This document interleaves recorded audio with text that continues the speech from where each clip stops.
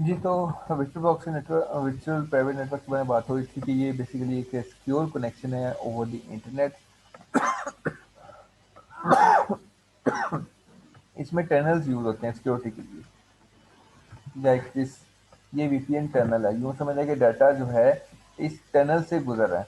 तो जैसे ही टनल के अंदर से डाटा गुजरता है तो ये एन्क्रिप्टेड फॉर्म में आ जाता है। एन्क्रिप्टेड डाटा पैकेट बन जाता है, यानी कि एक डाटा पैकेट जो है जो भी कुछ था वो जब वीपीएन टनल से गुजरेगा तो वीपीएन टनल एक ऐसा प्रोसेस है जिसके थ्रू आपका डाटा जो है वो सिक्योर कर दिया जाता है, एनक्रिप्ट कर दिया जाता है। और एनक्रिप्टेड डाटा पैकेट का मतलब है कि no one can read it, even access. अगर कोई एक्सेस भी कर लेता है इसको तो इसको रीड नहीं कर सकता, इसको निकाल नहीं सकता। तो इस चीज़ को एनकैप्सुलेशन भी कहा जाता है, ठीक है। यानी कि जो डाटा जो है वो अनरीडेबल फॉर्म में एक मुकम्मल पैकेट में बंद होकर जो जा रहा होता है ना, तो इसको हम एनकैप्सुलेशन भी कहते हैं कि डाटा जो है आपका हाइड हुआ होता है सबसे, ठीक है। तो उसको अगर कोई एक्सेस कर भी ले डाटा को तो उसको डिक्रिप्ट करना बहुत मुश्किल होता है, ठीक है। तो ये टनल से आपका डाटा जो है वो टनल जो है सिक्योरिटी प्रोवाइड कर रहा होता है, क्योंकि आपका जो डाटा है वो एनक्रिप्टेड पैकेट में जा रहा होता है। आमतौर पे आपके एम्प्लॉयज़ जो हैं या कंपनी के एम्प्लॉयज़ जो हैं वो घर में काम करने के लिए, यानी घर से काम करने के लिए इसको यूज़ करते हैं वीपीएन को। और ये नेटवर्क को सिक्योरली कनेक्ट करता है। और जब एक बार आप वीपीएन से कनेक्ट हो जाते हैं तो कनेक्शन जो है वो ट्रांसपेरेंट हो जाता है, आपको नहीं पता चलता कि आप वीपीएन के साथ कनेक्टेड हो। वो ऐसे ही लगता है जैसे आप नॉर्मली कनेक्टेड हो घर में। तो आगे बात करते हैं हम इलेक्ट्रॉनिक डाटा इंटरचेंज की, EDI. Electronic transfer of data, data transfer in a precise manner, network often share information system, overall time can save organisation money. अच्छा, इसमें क्या हो रहा है इलेक्ट्रॉनिक डाटा इंटरचेंज, इसमें क्या हो रहा है कि आपका डाटा जो है वो इलेक्ट्रॉनिकली ट्रांसफ़र हो रहा है। डाटा ट्रांसफ़र जो है वो बहुत प्रिसाइज मैनर में किया जाता है। इसके अलावा network open share information system, आपका जो नेटवर्क्स हैं वो इंफॉर्मेशन सिस्टम तक जो है वो शेयर करते हैं इलेक्ट्रॉनिक डाटा इंटरचेंज के थ्रू। और ओवरऑल टाइम जो है कैन सेव ऑर्गेनाइजेशन मनी। इसको ओवर टाइम जो है आम तौर पे जो आपका जो ओवर टाइम है वो सेव किया जा सकता है ऑर्गेनाइजेशन मनी से। आगे डाटा वेयर हाउस की बात करते हैं। डाटा वेयर हाउसिंग में क्या होता है कि ये आपका यूँ समझ कैबिन है और इसके अंदर जितने भी ये कंप्यूटर्स लगे हुए हैं ये सारे कंप्यूटर्स हैं, ठीक है। इनमें सब में आपका डाटा जो है वो स्टोर होता है। और इस तरह के कंप्यूटर जो हैं वो बहुत, यानी कि इस तरह के कैबिन जो हैं वो बहुत ज़्यादा से होते हैं, ठीक है। इनको बोलते हैं डाटा वेयर हाउस। तो इसमें प्रोवाइड 24/7 एक्सेस टू डाटा। 24/7 क्या मतलब, 24 घंटे सातों दिन, ठीक है। यानी कि 365 डेज इन अ ईयर, या 24 आवर्स इन अ 7 × 7, यानी हफ्ते के सातों दिन 24 घंटे ये आप डाटा एक्सेस कर सकते हो इनके थ्रू, इन डाटा वेयर हाउस के थ्रू। आपकी जो गूगल है, कभी आपने गूगल किया और गूगल ने कहा हो कि मैं थक गया हूँ, मैं नहीं आ सकता अभी, या मेरा सोने का टाइम है, कभी ऐसा हुआ है। आपने कभी यूट्यूब किया हो, कभी यूट्यूब ने बोला हो कि भाई आज मेरा मूड नहीं है, या आज मैं थक गया हूँ, या फिर आज आउट ऑफ रीच है सिग्नल, ये नहीं हो सकता वगैरह वगैरह। ऐसा कभी हुआ? नहीं हुआ। क्यों नहीं हुआ? क्योंकि उन सब का डाटा डाटा वेयर हाउसेज में पड़ा हुआ है, ठीक है, या डाटा सेंटर्स में पड़ा हुआ है। तो डाटा वेयर हाउस उसे बोलते हैं जहाँ पे डाटा बहुत ज़्यादा पड़ा हुआ है, या डाटा सेंटर्स भी कह सकते हैं। वेयर हाउस मीन्स के बहुत बड़े बड़े हाउसेज होते हैं, बड़े बड़े कमरे होते हैं, उनके अंदर आपका जो डाटा है इस तरह के जो कैबिन्स के अंदर ऑर्गेनाइज पड़ा होता है, ठीक है। और फॉल्ट टॉलरेट डाटा सिक्योरिटी, आपकी डाटा सिक्योरिटी भी होती है, फॉल्ट टॉलरेंस भी होती है। कोई भी अगर फॉल्टी निकल आता है तो आपको डाटा जो है वो फिर भी उसको बचाने के लिए भरपूर कोशिश की जाती है, यानी कि उसके लिए पूरा एक मैकेनिज्म है आपके डाटा को बचाने के लिए। क्योंकि डाटा जो है वो ऑर्गेनाइजेशन को रन कर रहा होता है। अगर आपका एक बार डाटा खत्म हो जाए तो आपके ऑर्गेनाइजेशन के लिए सर्वाइव करना बहुत मुश्किल हो जाता है। इसलिए डाटा को ऑर्गेनाइज करने के लिए बहुत से प्रोसेसेस को यूज़ किया जाता है जो बड़े महंगे भी पड़ते हैं और नॉर्मल भी होते हैं, ठीक है। डाटा स्क्रबिंग जिसे बोलते हैं, provides for data consistency and validity. Data scrubbing क्या स्क्रबिंग क्या है? ये डाटा कंसिस्टेंसी प्रोवाइड करता है और वैलिडिटी प्रोवाइड कर रहा है। वैलिडिटी क्या होता है कि ये डाटा जो है हमारे पास जो भी डाटा है वो वैलिड है, वो सही है, वो गलत नहीं है, वो सही है। और डाटा कंसिस्टेंसी का क्या मतलब है कि डाटा जो है वो एक्यूरेट फॉर्म में है, सही फॉर्म में। Compare data to a set of rules.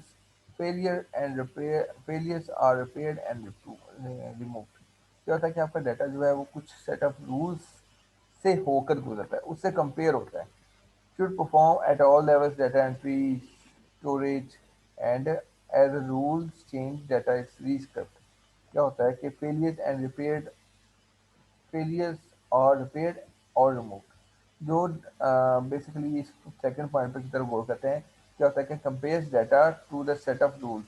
कुछ रूल्स हैं, उनकी बेस पर आपके डाटा को कंपैरिजन किया जाता है उसका, कि जो जो डाटा है, बेसिकली डाटा स्क्रबिंग क्या होती है कि डाटा को एक जगह पर वैलिड किया जाता है और कंसिस्टेंटली रखा जाता है. अब उसके लिए कुछ रूल्स डिज़ाइन किए गए हैं. अगर जो रूल्स पर पूरा उतरता है उसको रख लिया जाता है, जो नहीं होता उसको या तो रिमूव कर दिया जाता है या फिर किसी और सेक्टर में उसको रख दिया जाता है. तो should be perform at all levels, यानी कि डाटा एंट्री पर भी इसको यूज़ किया जा सकता है और स्टोरेज पे भी यूज़ किया जा सकता है, कि जैसे जैसे डाटा एंटर हो वैसे वैसे ये डाटा स्क्रबिंग होना शुरू हो जाए, या फिर जो स्टोरेज में, यानी कि डाटा ऑलरेडी जो स्टोर है उसी के अंदर डाटा स्क्रबिंग को यूज़ किया जा सकता है. ये भी हो सकता है, और जैसे जैसे डाटा आप एंटर करते हो साथ साथ डाटा स्क्रबिंग भी होती है. तो जैसे ही कोई रूल चेंज होता है, डाटा जो है दोबारा से उसको रीस्क्रब किया जाता है, डाटा के लिए नए रूल्स आ जाते हैं और उसके मुताबिक उसको फिर से फिल्टर किया जाता है और स्क्रब करके दोबारा रख दिया जाता है. ठीक है. Server forms. Server forms are the collection of servers and mainframes. Servers work together. Servers are either distributed or collected. Use of server is a critical. क्या होता है, सर्वर फॉर्म होते हैं. सर्वर फॉर्म क्या होता है कि बेसिकली जैसे एक फॉर्म होता है ना, या नर्सरी होती है, जैसे प्लांट प्लांट होते हैं, उसी तरह से यहाँ पे सर्वर्स का फॉर्म है. उसमें क्या होता है, सर्वर ही सर्वर पड़े होते हैं, कलेक्शन है सर्वर्स की और मेन फ्रेम कंप्यूटर्स की. ठीक है. सर्वर जो है वो एक दूसरे से कनेक्टेड होते हैं और एक दूसरे से काम मिल के कर रहे होते हैं, डाटा एक दूसरे से शेयर कर रहे होते हैं, एक दूसरे से डाटा पूछ रहे होते हैं, बता रहे होते हैं एक दूसरे को, यानी कि एक दूसरे से लिंक्ड अप होते हैं. डाटा जहाँ जहाँ जो भी जो चाहिए होता है वो सर्वर से हमें निकल जाता है. तो सर्वर्स आर आइदर डिस्ट्रीब्यूटेड और कलेक्टेड. डाटा जो है आपके सर्वर जो है वो डिस्ट्रीब्यूटेड भी हो सकते हैं, यानी कि डिस्ट्रीब्यूटेड का मतलब है कि डिफरेंट लोकेशन में भी पड़े हो सकते हैं और एक ही जगह पे भी हो सकते हैं, सेंट्रलाइज और डिसेंट्रलाइज वगैरह, या डिस्ट्रीब्यूटेड भी हो सकते हैं. तो uses of server is critical. Critical होते हैं ज़्यादा, थोड़े मुश्किल होते हैं इनको यूज़ करना, क्योंकि इसमें कई तरह के रूल्स लगे होते हैं जो कि थोड़े मुश्किल हो जाते हैं इनके साथ. एंटरप्राइज स्टोरेज की बात करें तो methods and technologies to store data. क्या होता है कि मेथड्स, एंटरप्राइज स्टोरेज में क्या होता है कि कुछ मेथड्स हैं और टेक्नोलॉजीज हैं जो कि डाटा को स्टोर करने के लिए यूज़ होती हैं. Efficiently store large amount of data. इसमें क्या है कि आप एंटरप्राइज स्टोरेज के अंदर बहुत ज़्यादा अमाउंट में डाटा जो है वो स्टोर कर सकते हो और बहुत एफिशिएंटली यूज़ कर सकते हो. डाटा जो है वो आपको ऑल टाइम एक्सेसिबल होता है. ठीक है. हर वक्त आपके पास एक्सेसिबल होता है. और methods and technologies to store data, इसमें क्या है, एंटरप्राइज स्टोरेज में क्या होता है, कुछ मेथड्स होते हैं और कुछ टेक्नोलॉजीज का यूज होता है डाटा को स्टोर करने के लिए. ठीक है. ये एंटरप्राइज स्टोरेज आपको क्या प्रोवाइड कर रहा है, कुछ मेथड्स प्रोवाइड कर रहा है, कुछ टेक्नोलॉजीज प्रोवाइड कर रहा है जिसके थ्रू आप डाटा को बहुत अच्छी तरह से यूज कर सकते हो और उसको स्टोर कर सकते हो बड़ी मिकदार में. और उसको बड़ी मिकदार में स्टोर करने के अलावा उसको किसी भी वक्त इस्तेमाल भी किया जा सकता है. तो यहाँ पे दो चीज़ें यूज होती हैं, एक रैड और एक एनआईएस. नेस और रैड, ये दो तरह की चीज़ें हैं या दो तरह की टेक्नोलॉजीज हैं जो कि डाटा को स्टोर करवाने के लिए यूज़ की जा रही हैं. ये वो टेक्नोलॉजीज हैं, वो मेथड्स हैं जिनके थ्रू डाटा को स्टोर किया जा रहा है, एफिशिएंटली यूज़ किया जा रहा है बड़ी अमाउंट ऑफ डाटा को, और डाटा को एक्सेस भी किया जाता है. ठीक है. तो ये रैड टेक्नोलॉजी की है और नेस टेक्नोलॉजी है. रैड टेक्नोलॉजी क्या होती है, रिडंडेंट अरे ऑफ इनएक्सपेंसिव डिस्क. आर से बनता है रिडंडेंट, ए से बनता है अरे, आई से बनता है ऑफ इनएक्सपेंसिव, एंड डिस्क से बनता है, डी से बनता है डिस्क. तो बेसिकली क्या है कि ये आपके जो इसके अंदर ना आपकी हार्ड ड्राइव पड़ी होती है, links number of hard drive. इसके अंदर रैड टेक्नोलॉजी जो है, ये समझ लें कि आपकी 15 20 50 100 जो है ना वो हार्ड डिस्क रखती है. नंबर ऑफ हार्ड डिस्क जो है वो इसके साथ लिंक हुई होती है. ठीक है. इसमें क्या होता है, प्रोवाइड डाटा रिडेंडेंसी, यानी कि ये क्या करता है, डाटा रिडेंडेंसी प्रोवाइड करता है, यानी कि डाटा रिपीटिशन को ख़त्म करता है. Can speed access to data, यानी कि डाटा को स्पीडीली एक्सेस करता है. ठीक है. यानी कि तेज़ी से एक्सेस करने में मदद देता है डाटा को। हम जब हमारे पास बहुत ज़्यादा डाटा हो तो उसको ढूँढने में बड़ा टाइम लगता है। इनफैक्ट कंप्यूटर को भी टाइम लग रहा होता है क्योंकि डाटा जो है हमारे पास ट्रिलियंस की फॉर्म में होता है, ट्रिलियंस ऑफ रिकॉर्ड्स में। तो ट्रिलियंस ऑफ रिकॉर्ड में अपने डाटा को फाइंड आउट करना है, तो ज़ाहिर बात है आपको बहुत ज़्यादा प्रोसेसिंग स्पीड भी चाहिए। तो इससे आपकी स्पीड में भी फ़र्क पड़ता है, ठीक है। नेक्स्ट बात करते हैं हम रैड ज़ीरो की, यानी कि ये रैड टेक्नोलॉजी है। इसमें RAID one, RAID zero, one, two, three, four, five, six, nine, ten, इस तरह से आपके पास ना ये सारी रैड टेक्नोलॉजी हैं। रैड ज़ीरो में क्या होता है, डाटा डिस्क स्ट्रिपिंग होती है। रैड टू में क्या होता है, रैड वन में क्या होता है, डिस्क मिररिंग होती है, यानी कि एक डिस्क की हूबहू कॉपी एक जनरेट कर दी जाती है ताकि अगर एक डिस्क खराब हो जाए तो दूसरी डिस्क की जगह ले ले। रैड थ्री और फोर में डिस्क स्ट्रिपिंग एंड पैरिटी यानी ये कोड टेक्नोलॉजी है वो यूज़ होती है इसमें, ठीक है। तो ये आपकी रैड वन है टेक्नोलॉजी, मल्टीपल डिस्क मिरर्स। उसमें क्या हो रहा है कि आपकी एक दो डिस्क लगी हुई हैं, ठीक है। तो एक डिस्क फर्ज करें ये है वन टू थ्री फोर, उसकी एग्जैक्ट कॉपी एक और डिस्क में चली जाएगी, वन टू थ्री फोर। और उसके बाद फिर एक और डिस्क लगी है फाइव सिक्स सेवन एट, ठीक है। उसकी भी एक और कॉपी जो है वो बनाई जाएगी फाइव सिक्स सेवन एट, ठीक है। इसमें क्या होता है कि अगर जितनी भी डिस्कें आपके पास लगी हैं उतनी एक एक्स्ट्रा डिस्क भी लगेगी, क्योंकि अगर आपके पास फर्ज करें आसान लफ्ज़ों में बताऊं कि अगर आपके पास घर में कंप्यूटर है और आपके पास उसके अंदर एक हार्ड डिस्क लगी हुई है, तो आप एक की जगह दो हार्ड डिस्क यूज़ कर रहे हो, ताकि अगर आपकी एक पहली हार्ड डिस्क खराब हो जाए तो दूसरी हार्ड डिस्क में आपका डाटा स्टोर होगा, तो वहाँ से आप काम चला सकते हो, ठीक है। फिर आपको कोई फ़र्क नहीं पड़ेगा। यही टेक्नोलॉजी, यही कॉन्सेप्ट जो है वो यहाँ पे भी यूज़ किया गया है कि जितनी भी डिस्क लगी हुई हैं यहाँ पे उतनी और ज़्यादा लगा दो। मतलब कि अगर 10 डिस्कें लगी हैं तो 10 की जगह 20 लगाओ, ताकि जो 10 डिस्कें हैं उन डिस्क को मिरर किया जा सके, ठीक है। यानी एक यानी डिस्क वन है उसको भी डिस्क एक और डिस्क वन होनी चाहिए। एक डिस्क वन है ओरिजिनल, एक डिस्क वन है कॉपी, यानी वो कॉपी करिए। अगर फर्ज करें ओरिजिनल डिस्क खराब हो जाती है तो कॉपी जो है उस डिस्क की जगह ले लेगी, ताकि क्योंकि चीज़ तो सारी वही है रजिट पड़ी हुई, ठीक है जी। तो ये डिस्क की ये डाटा की सिक्योरिटी पर्पज़ के लिए इसको कहा गया है, किया गया है यूज़, ठीक है। तो ये बेसिकली कॉपी जनरेट करती है, कॉपी जनरेट कर देती है। एक डिस्क है तो उसकी एग्जैक्ट कॉपी एक और डिस्क में होगी।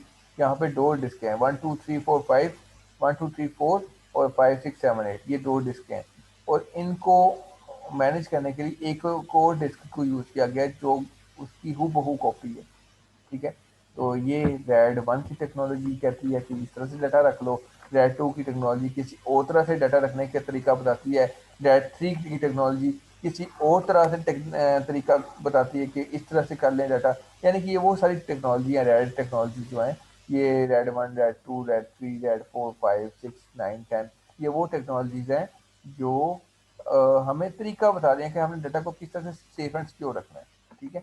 और आगे बस बात करते हैं नैस की, नेटवर्क अटैच्ड स्टोरेज। इसमें क्या होता है नेटवर्क अटैच स्टोरेज में, ये भी एक ऑल्टरनेटिव है किस चीज़ का, आपके डाटा स्टोरेज का। ये इसकी बात हो रही थी एंटरप्राइज स्टोरेज में।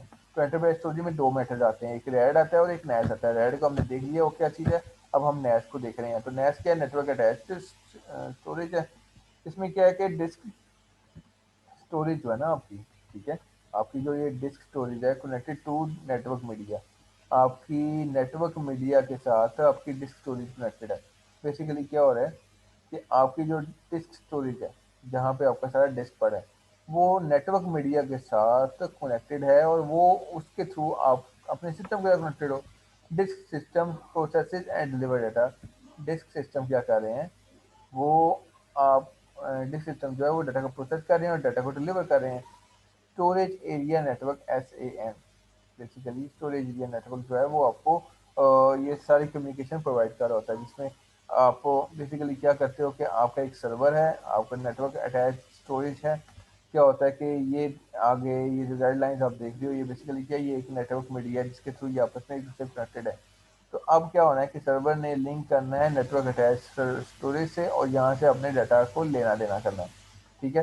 तो data disk storage connected to a network media और disk system process and deliver data. Disk system क्या जो है वो डाटा को डिलीवर भी करता है और यानी एक डिस्क सिस्टम है जो कि इसके ऊपर लगा होता है। वो क्या करता है, वो डाटा को प्रोसेस करता है और डिलीवर करता है, यानी कि डिलीवर करवाता है, जो जो डाटा रिक्वायर्ड होता है वो उसको डिलीवर करवाता है। और स्टोरेज एरिया नेटवर्क जो है वो बेसिकली आमतौर पे इसका नाम है। ये बेसिकली क्या करता है, ये डाटा को सेपरेटली स्टोर करता है और नेटवर्क मीडिया के थ्रू एक्सेस प्रोवाइड करता है। अब नेक्स्ट करते हैं बैकअप। बैकअप क्या चीज़ है? बैकअप बहुत ज़बरदस्त चीज़ है। बैकअप क्या करता है, आपका डाटा प्रोटेक्ट करता है। बैकअप जो है एक टर्म है। हम आपने अपने मोबाइल फ़ोन्स के अंदर डाटा का बैकअप लिया होगा, आपने अपने कॉन्टैक्ट्स का बैकअप लिया होगा, आपने अपने व्हाट्सएप का बैकअप लिया होगा। यानी बैकअप क्या प्रोवाइड करता है, बैकअप जो है आपकी फाइल्स को और सेटिंग्स को प्रोटेक्ट करता है, ठीक है, और रीस्टोर कर देता है टू ए अर्लियर पॉइंट। जिस पॉइंट पर आपने डाटा का बैकअप लिया हुआ है ना, उस पॉइंट पर उसको रीस्टोर कर देगा, ठीक है। लेट्स सपोज आपने अगर 10 दिन पहले अपने व्हाट्सएप का डाटा बैकअप लिया था, तो अब अगर आपका वो क्रैश कर जाता है, ख़राब हो जाता है, कोई प्रॉब्लम हो जाती है, तो आप जब दोबारा से व्हाट्सएप को इंस्टॉल करते हो और दोबारा से अपना नंबर देते हो, तो वो बैकअप आपका 10 दिन पहले का उठा लेगा, और 10 दिन पहले जो आपने बैकअप लिया था उसी डेट का आपको उठाएगा, और उस वक्त तक जितने भी चैट्स आपकी, पिक्चर्स, म्यूजिक, वट जो कुछ भी था आपका व्हाट्सएप के अंदर, वो सारे का सारा स्टोर पड़ा रहेगा, ठीक है। तो वो चीज़ आपको रिकवर हो जाएगी। तो बैकअप क्या करता है, आपकी फाइल्स और सेटिंग्स को प्रोटेक्ट करता है। रीस्टोर करने के लिए यूज होता है to at earlier point, crucial to any crucial to any information system. Transaction rollback क्या होता है कि logs changes to a file, changes are undone when necessary. क्या होता है, ट्रांजैक्शन रोलबैक में भी बैकअप को यूज किया जाता है। ट्रांजैक्शन रोलबैक क्या होता है कि ट्रांजैक्शन जो हो जाती होती है उसको दोबारा से वापस ले आता है, रोल बैक कर देता है। लॉग्स बन रहे होते हैं। लॉग्स क्या होता है कि आप कोई भी एक्टिविटी किसी भी सिस्टम में परफॉर्म करते हो ना, लाइक अगर आपने कंप्यूटर में माई कंप्यूटर का फोल्डर खोला है तो वो भी लॉग बन गया। यानी कोई भी चीज़ आप किसी भी सिस्टम पर एक्टिविटी परफॉर्म करते हो, कुछ भी करते हो, फर्ज करें आपने गेम खेली, वो भी एक काम है। आपने मैसेज देखा, वो भी एक काम था। आपने व्हाट्सएप ओपन करके देखा, वो भी एक एक्टिविटी थी। ये सब आपके लॉग्स बनते जा रहे हैं, ये आपकी एक्टिविटीज रिकॉर्ड हो रही हैं, और वो रिकॉर्ड होके एक फाइल में चली जाती हैं, ठीक है। तो ये सारी एक्टिविटी आपके कंप्यूटर में भी, आपके मोबाइल में भी सारी चीज़ें ये रिकॉर्ड हो रही हैं, और इनके लॉग्स बन रहे हैं। लॉग्स किसे बोलते हैं? But what ever you done with your system is a log. कुछ भी आप कंप्यूटर के साथ कर रहे हो, कहीं पे भी जा रहे हो, गाना सुन रहे हो, प्ले कर रहे हो, वट उसकी एक रिकॉर्डिंग हो रही है। मीन रिकॉर्डिंग मतलब कि एक लॉग बन रहा है उसका, आपका सिस्टम जो है उसको लॉग बना रहा है, उसका एक फाइल क्रिएट कर रहा है, ठीक है। और वो changes are undone when necessary, यानी कि जो भी चेंजेस आपने की होती हैं वो अनडन यानी कि खत्म किए जा सकते हैं जब आपको जरूरत पड़े। टेप बैकअप भी होता है, एक मेथड है टेप बैकअप का। Copies file to a tape, यानी क्या होता है कि पहले ज़माने में होता था कि कुछ फाइल्स को कॉपी कर दिया था टाइप टेप में, और फाइल्स नीडेड री व्हेन नेसेसरी, फाइल नीड री व्हेन नेसेसरी, यानी कि जब फाइल जो है, जब चाहे ज़रूरत पड़े तो उसको दोबारा से री कर दिया जाता है जब ज़रूरत पड़ती चीज़ की, ठीक है। तो टेप में इसकी बैकअप दिया जाता था, टेप में, ठीक है। आम तौर पे आजकल हमारा बैकअप जो है वो सीडी रोम्स में होता है, सीडीज में होता है, सीडीज की फॉर्म में, फ्लैश की फॉर्म में, और परमानेंट स्टोरेज डिस्क की फॉर्म में, यानी कि हार्ड डिस्क की फॉर्म में हमारे पास बैकअप होता है, ठीक है। Non stop and redundant system, mission critical systems, ये ऐसे नॉन स्टॉप और रीडेंट सिस्टम है। Redundant system non stop systems को क्या बोला जाता है? मिशन क्रिटिकल सिस्टम है, जो कि हफ्ते के सातों दिन हर वक्त चल रहे होते हैं। Most information system mission critical क्या होता है कि जितने भी ज़्यादा आजकल के जितने भी इंफॉर्मेशन सिस्टम है वो मिशन क्रिटिकल ही होते हैं। यानी कि मिशन क्रिटिकल का मतलब क्या है कि जो 24 घंटे चल रहे हो, सातों दिन 24 घंटे चल रहे हो, उनको हम मिशन क्रिटिकल सिस्टम भी बोलेंगे, ठीक है। जो कि नॉन स्टॉप सर्विसेज प्रोवाइड करें आपको। रीडेंट सिस्टम्स और बैकअप कंप्यूटर, रीडेंट सिस्टम जो होते हैं ना, वो आपके बेसिकली बैकअप कंप्यूटर्स होते हैं, जो कि आपके कंप्यूटर्स का बैकअप अपने पास रखते हैं और अवेलेबल होते हैं किसी भी टाइम पे। Backup takes over when necessary, backup आप कब लेते हैं? जब आपको जरूरत पड़ती है आप बैकअप लेते हो। ये जो बैंकिंग वाले हैं ये बैकअप कब लेते हैं? ये डेली बेसिस पे, जब डेली बेसिस पे बैकअप लेते हैं, और जब अ, दिन गुजर जाता है और शाम को जब ये पैकअप करते हैं, घर जाने लगते हैं, तो ये डे एंड करते हैं। एक वर्ड यूज़ होता है, इनका टर्म यूज़ होती है डे एंड, ठीक है? कि मैंने डे एंड करना है। डे एंड का मतलब ये होता है कि मैंने जितनी भी प्रोसेसिंग की है, जितना भी आज का काम किया है, वो सारे का सारा जो है वो डे एंड हो रहा है। मतलब कि वो सारे का सारा स्टोर हो रहा है, मेन ब्रांचेस में चला जाएगा, यानी कि इंटरनेट, उनकी भी इंटरनेट इंट्रानेट बनी हुई है। समझ आ गई बात? उधर भी इंटरनेट टेक्नोलॉजी है, वो इंटरनेट के थ्रू वो डाटा को सेफली सिक्योरली अपने मेन हब में, मेन जो उनका डाटा स्टोर बना हुआ है वहाँ पे उसको डाटा को स्टोर करवा देते हैं कि ये इस ब्रांच का डाटा है जो यहाँ पे जा रहा है। ठीक है जी।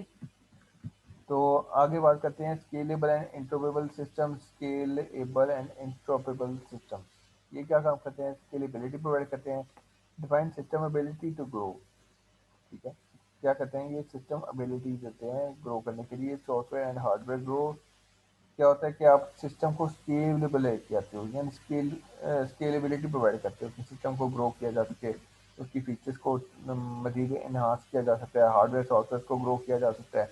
इंटरऑपरेबल क्या मतलब है इसका? Work with other systems, little configuration. क्या होता है इंटरऑपरेबल का मतलब? ये है स्केलेबिलिटी का मतलब ये है, पहले मैं ये बता दूं आपको कि आप सिस्टम की एबिलिटीज को ग्रो करते हो। इसके अलावा उसके जो सॉफ्टवेयर और हार्डवेयर हैं लगे हुए, उनको भी चेंज करके मजीद बेहतर कर सकते हो। एक चीज़ दूसरी, इंटरऑपरेबल सिस्टम का मतलब है कि वो सिस्टम्स, ठीक है, जिनको आपने ग्रो किया या नहीं किया, वट एवर जो भी है, सिस्टम्स को आप एक दूसरे के साथ जोड़ लेते हो, एक दूसरे के साथ यानी कि लाइक विद नेटवर्क मीडिया के थ्रू ही आप एक दूसरे के साथ कनेक्ट कर लेते हो, ताकि आपका सिस्टम जो है वो एक दूसरे के साथ मिलकर काम कर सकें। ठीक है, वर्क विद अदर सिस्टम्स, यानी कि बेसिकली वो सिस्टम्स एक दूसरे के साथ मिलकर काम करते हैं। ठीक है, और इसके लिए उनको लिटिल कन्फिग्रेशन की ज़रूरत पड़ती है, लिटिल एनहांसमेंट की ज़रूरत पड़ती है, छोटी मोटी सेटिंग्स करने की ज़रूरत पड़ती है, तो वो सेटिंग्स जब हो जाती हैं तो वो सिस्टम जो है वो इंटरऑपरेबल फॉर्म में आ जाते हैं। इसका मतलब है कि वो मिलकर कोई भी टास्क परफॉर्म कर सकते हैं। ठीक है, integral part of the organisation क्या होता है कि ये किसी भी पार्ट का जो है इंटीग्रल पार्ट होता है, यानी कि किसी भी ऑर्गेनाइजेशन का जो है इंटीग्रल पार्ट होता है, एक अंदरूनी हिस्सा होता है, यहाँ उसका मेन काम होता है maintain equipment software and data. आपके जो इक्विपमेंट्स हैं, आपके जो सॉफ्टवेयर हैं और डाटा जो है उनको मेंटेन किया जाता है। और enable other employees to function है, दूसरे एम्प्लॉयज़ जो हैं उनको काम करने के लिए भी सहूलत प्रोवाइड की जाती है।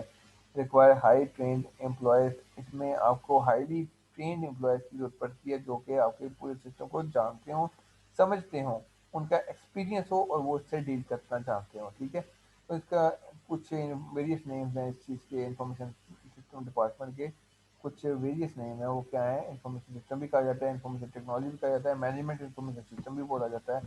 ठीक है, ये सारी चीज़ें जो है वो एक ही चीज़ का नाम है। इंफॉर्मेशन सिस्टम जो डिपार्टमेंट है ना, उन्हें क्या बोला जाता है? बेसिकली ये एक किसी भी ऑर्गेनाइजेशन का हिस्सा होती हैं और ये ज़रूरी होती हैं, ये हर ऑर्गेनाइजेशन में है इंफॉर्मेशन सिस्टम। ठीक है, इसमें क्या क्या चीज़ें होती हैं? आपके इक्विपमेंट जो है, आपकी मशीनरी जो है, आपके सॉफ्टवेयर जो है, आपके हार्डवेयर जो हैं, और आपका जो डाटा है जिसके थ्रू आप काम कर रहे हो, वो सारे का सारा मेंटेन कर रहे होते हैं। इसके अलावा एम्प्लॉयज़ को ये एनवायरनमेंट प्रोवाइड करता है ऐसी कि वो काम कर सकें अपना। ठीक है, इंफॉर्मेशन सिस्टम को यूज़ करते हुए अपना काम कर सकें।